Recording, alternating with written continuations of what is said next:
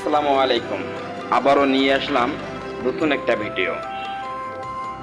উত্তরা 10 নম্বর sector এর পাশেই এই যে দেখেন আমাদের নতুন আহ, আহ, নতুন নতুন ফুল জন্ম হয়েছে। কত সুন্দর, দেখতেও খুব ভালো লাগে।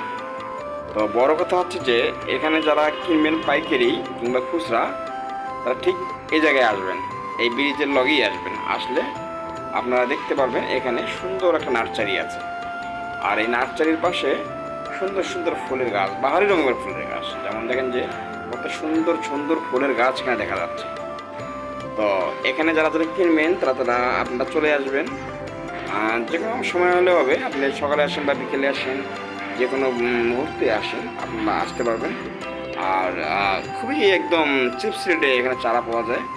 সুন্দর মরিচের চারা, যেমন ফুলের চারা, মানে বহুত রঙের চারা পাওয়া যাবে এখানে। তো আসলে এগুলো চারা সব জায়গাতে পাওয়া যায় না। তো মূলত কথা হচ্ছে যে এখানে পরিবেশটা খুব ভালো, আর পরিবেশ ভালো হওয়ার কারণে সুন্দর সুন্দর সুন্দর গাছে ফুল ধরেছে।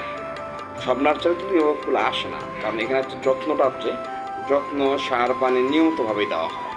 আর এই গাছগুলোর থেকে রোগবালাই একদম মুক্ত।